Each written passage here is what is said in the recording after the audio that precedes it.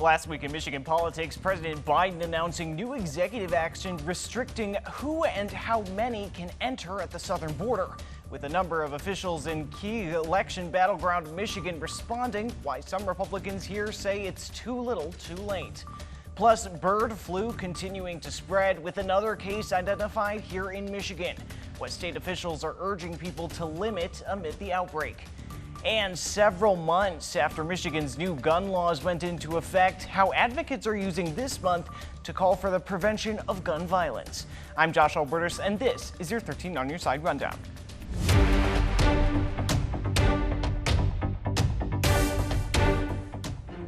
President Joe Biden has announced new action at the southern border. And here in Michigan, where immigration has been a top issue for voters, leaders are responding. We heard from the state Republican leaders earlier this week and the Biden campaign, and we have details on what this order does. Every state in the U.S. has become a border state under President Biden's border policies. President Joe Biden on Tuesday taking new executive action to combat what many see as a crisis at the southern U.S. border. To protect America as a land that welcomes immigrants, we must first secure the border and secure it now. According to the White House, the president's order suspends entry of non-citizens who cross the border illegally or without authorization. The action's being paired with a new federal rule that halts new asylum claims for those entering illegally until 14 days after the number of encounters falls to a week-long average of less than 1,500 a day. It is not a substitute for the comprehensive plans that we need to reform a broken system, but it is taking action within his authority to deliver for the American people. Here in Michigan, state Republicans pushing back on the president's announcement, saying it's too little, too late. And unfortunately, what he's doing isn't going to solve anything at the border. The border crisis is still there. Michigan citizens are hurting. Our local governments and our state government is being strained because of President Biden's unwillingness to control the border.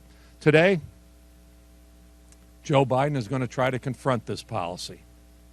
It's 3.5 years too late. The Biden campaign laying blame for the current situation at the feet of congressional Republicans and former President Donald Trump, following the collapse of a bipartisan border deal earlier this year, saying such action is what's needed to truly fix the issue. Time and time again, Republicans, at the behest of Donald Trump, have failed to work with us, have failed to partner with us, and that's why it is so important that we have a president like Joe Biden that will pull every lever to deliver on an issue that the American people demand action on. And there's been growing fallout after President Biden issued that executive action on this issue that's been top of mind for many Michigan voters. Some border lawmakers are hailing the move while others are skeptical. ABC's Em Nguyen has more from Washington. Despite President Biden's asylum ban taking effect overnight, dozens of migrants are still making their way to the southern border. The White House defending the president's decision to impose a cap on the number of migrants allowed to seek refuge illegally. They would be forced to return to their country of origin and wait until the number of daily encounters are reduced. Asylum is very much still alive, but we are deterring irregular migration in between the ports of entry and trying to cut out the smugglers. Although Republicans previously urged Biden to take executive action to address border security, House Speaker Mike Johnson now calling the move weak and window dressing amid an election year. Limits are fine, but it's not going to solve the problem. Some Democrats say this is a good first step, but few progressives say they're concerned this sends a confusing message about what they stand for, warning this could backfire in November. I think in the end we end up hurting the very people that we're fighting for. But Biden, who has been trying to be tough on immigration, insists Republicans left him no choice after they blocked a bipartisan border deal. Why? Because Donald Trump told them to. For those who say the steps I've taken are too strict, I say to you that be patient. The White House is expecting legal challenges, which may delay the implementation of the 2,500 daily encounters limit. If you need asylum, you should be able to get it. With legal challenges on the way, some Republicans claim Biden had no intention of actually implementing this limit. But White House officials say they are confident the president's plan will hold up in court. Em Nguyen, ABC News, Washington.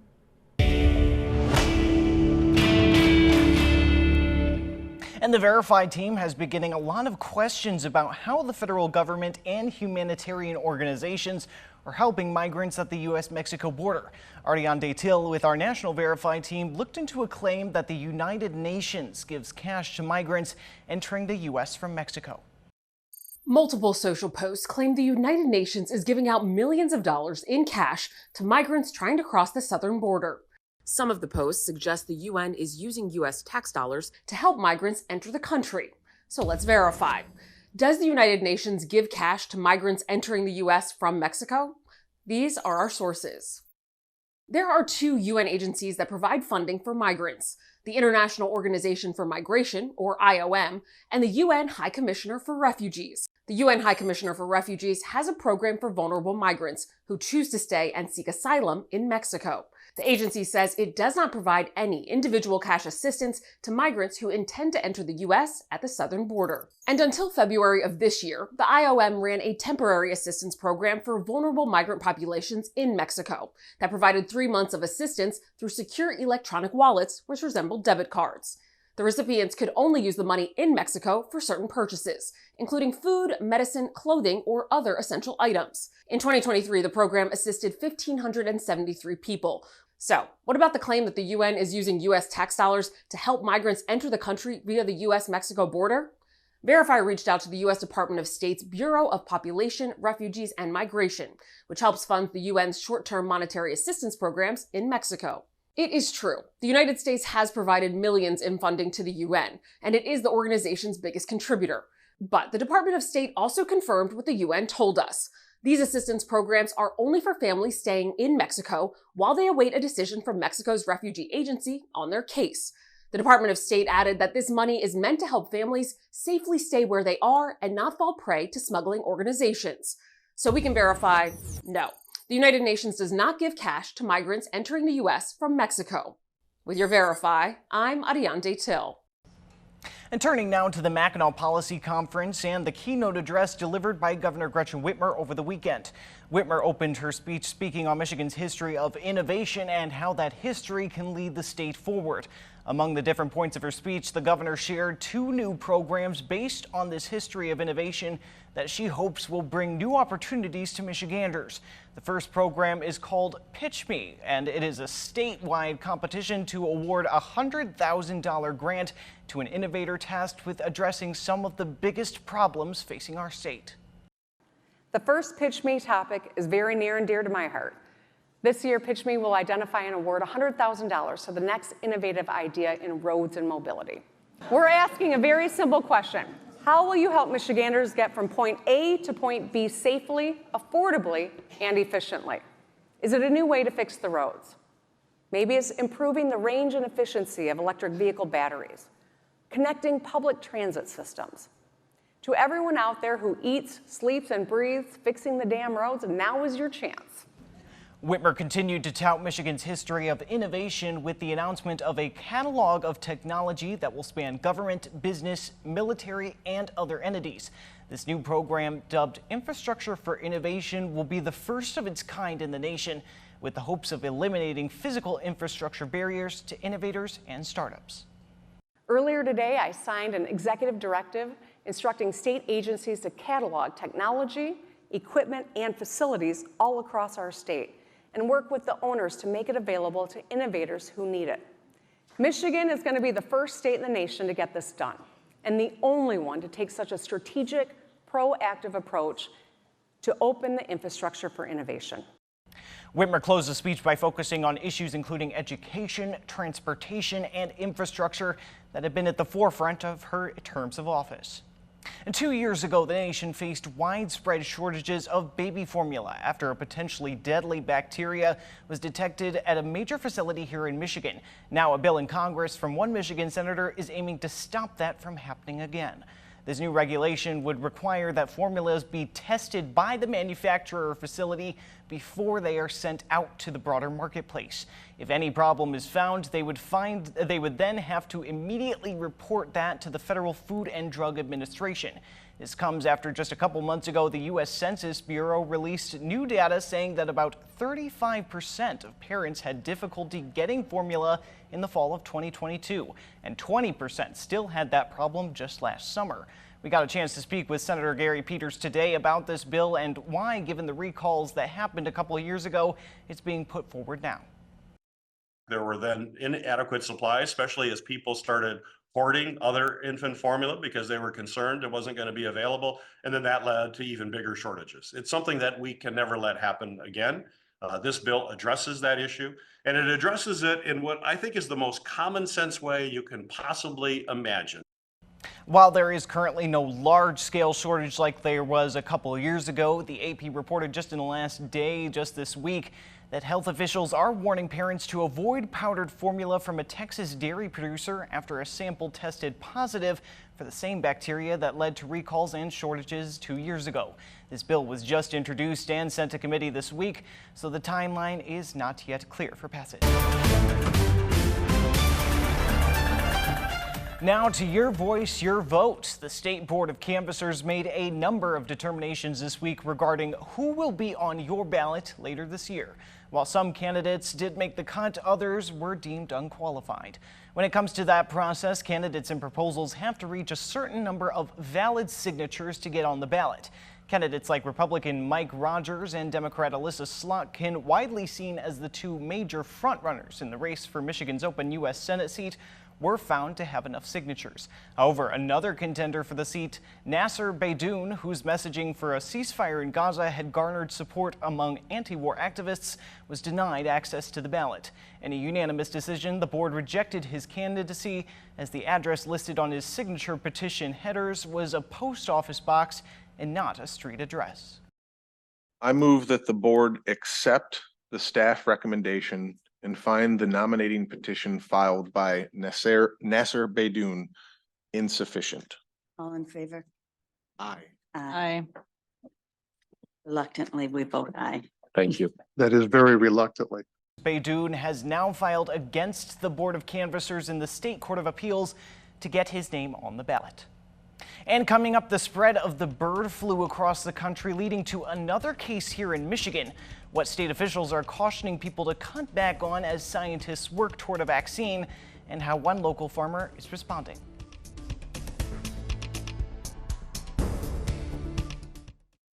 There continues to be growing concerns over the spread of the bird flu. A third human case has now been reported in the U.S., another farm worker here in Michigan. While officials say the risk to the general public remains low, work on vaccines is already underway.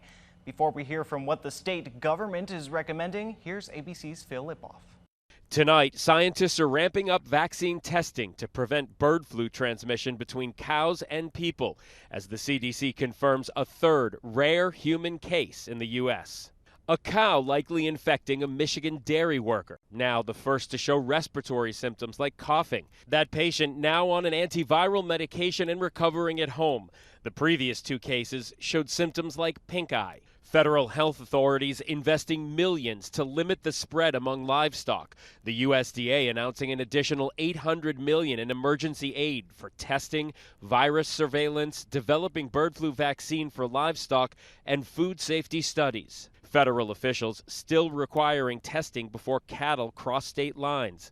The USDA confirming 68 outbreaks in dairy cow herds across at least 9 states since March. The USDA says ultimately we want to eliminate the virus, and developing a vaccine to prevent another emergence of H5N1 in cattle will be an important step toward that end. But that step in humans is likely still far off. Ultimately, if we reduce the virus amounts in livestock, it's going to reduce the chance that this virus has for jumping into humans. While there is no science to suggest that bird flu is being transmitted from human to human, scientists are still testing vaccines in humans. Those at highest risk, farm workers with exposure to livestock. Phil Lipoff, ABC News, New Jersey. And when it comes to slowing the spread of the avian flu here in Michigan, the state health department is asking people to limit their visits to dairy and poultry farms as the summer season begins. And away from the halls of state government, 13 on your side's Lauren Baker talked to one farmer about the state's recommendations and the potential impact on her business. For Heidi Hendrickson, I literally love what I do. Owning Greenvale Farm is more than just a job. It's a passion. I get up and I never go to work. I just live out my dream every day. From leasing the farm right when she graduated high school to now owning it, she says she takes pride in farming and selling meat and dairy products made right from her farm. It's literally farm to table. Which is why, with the recent outbreak of influenza A among wild birds, she says she's taking extra precaution. We don't want anybody to get sick. We don't want our animals to get sick. It's just a win-win for everybody. On Tuesday, the Michigan Department of Health and Human Services recommended that child care providers and camps delay visits to dairy and poultry farms due to influenza A. Health officials say while risks to the general public are low, limiting visits could help reduce the spread between farms and humans. For Hendrickson, she says she's still welcoming people to her farm because her farm is a direct-to-consumer farm and she separates humans from her animals. But she says she still wants people who travel to other farms to be cautious if they come to farms like hers. I, as a small business owner, don't want to discourage people from coming to my farm, but I also don't want them to necessarily go by the animals in case they've been on a farm that had it or potentially could have it. She says in general, people shouldn't visit commercial farms, but especially now, they should avoid them. And by being safe, she says the reduce of the spread not only helps save businesses, but also keeps food production safe for everyone. We eat what we would sell, and if we don't dare eat it, we wouldn't dare sell it.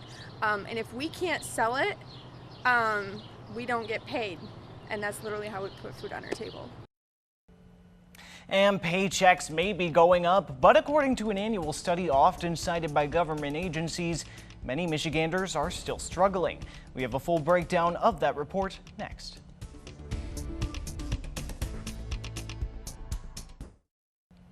Well, despite bigger paychecks, some households in Michigan continue to struggle financially. The new 2024 Alice report shows that while wage growth is increasing, it may not be enough. 13 on your side's KR Patterson breaks down that report. With the wage increase going up, which again is wonderful, all other things are going up as well. The 2024 Alice report shows that there are more than 500,000 Michigan households in poverty, as well as another 1 million identified as Alice, which stands for Asset Limited, Income Constrained, and Employed. The Alice report states a total of 1.7 million households are living paycheck to paycheck, trying to make ends meet to fulfill their basic needs. So our inflation is increasing, and those families are still struggling to make ends meet.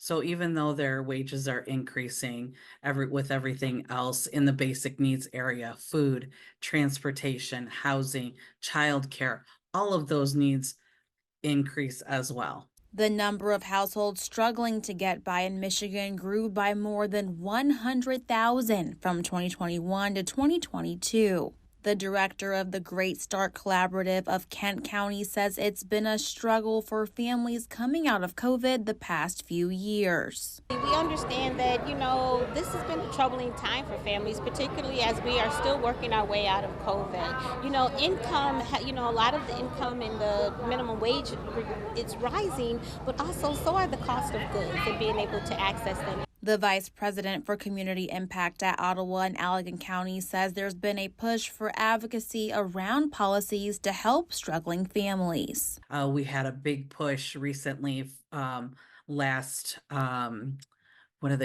in session for our legislators around the EITC tax credit. So our earned income tax credit, that was something that we specifically, help to push our legislators to help increase that for our struggling families. And after the break, advocates are hoping to use events throughout the month of June to help prevent gun violence. What activists are planning, why they're saying this month is different, and how they're saying anyone can get involved.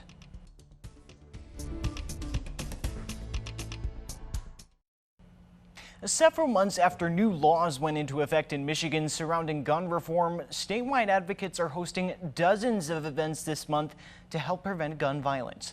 13 on Your Side's Julie Koharic spoke with local leaders about why this Silence the Violence month is different and how anyone can get involved. A month to remember victims of gun violence, a month to push for change. For Haley Huggett, correct, I'm 17. This month is also about finishing up junior year, something she says she should be able to do without waiting for something unthinkable. But how are we supposed to not worry? I wonder if that's what they told the students at Oxford, Uvalde, and so many other schools. She's been a part of the Silence the Violence movement for years now, getting involved in her early teens. I guess I became an advocate largely because I'm sick and tired of being afraid of being murdered at school, and I refuse to have this be my reality. Month after month of waiting for change, and this year is the first time they've actually seen it. We are not there yet. We have passed important new laws in Lansing. New state laws like safe storage requirements and background checks went into effect in February.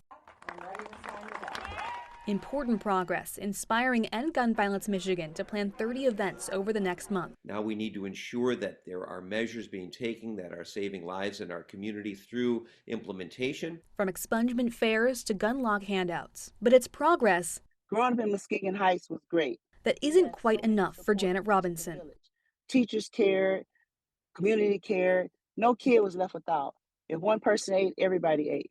That's no longer the case now. Robinson is a part of Guns, gaining unity through nonviolent solutions in Muskegon Heights. Kids are losing their friends at a nominal rate, and we need to step up and stop the violence. We need to do that in unity. Kids like Huggett now having to think not about getting to class, but about what could stop her. I gotta be honest. With each passing bell, like sitting in a classroom. Oh, sorry, that was the bell. She's getting closer to her future and trying to save the futures of her classmates. There's nothing like sitting in a classroom and hearing your friends say, yeah, if there was a shooting, I'd probably die. With this year, the state getting closer to what she's calling for, Huggett says it takes everyone. We need the world to know that we're not going to back down until this issue is solved. No matter how many years old or how many years it takes. For 13 on Your Side, I'm Julie Koharic. And that's the rundown for your week in Michigan politics. Be sure to keep up with all the top political stories of the day, both on air and online at 13onyourside.com. We'll see you next week.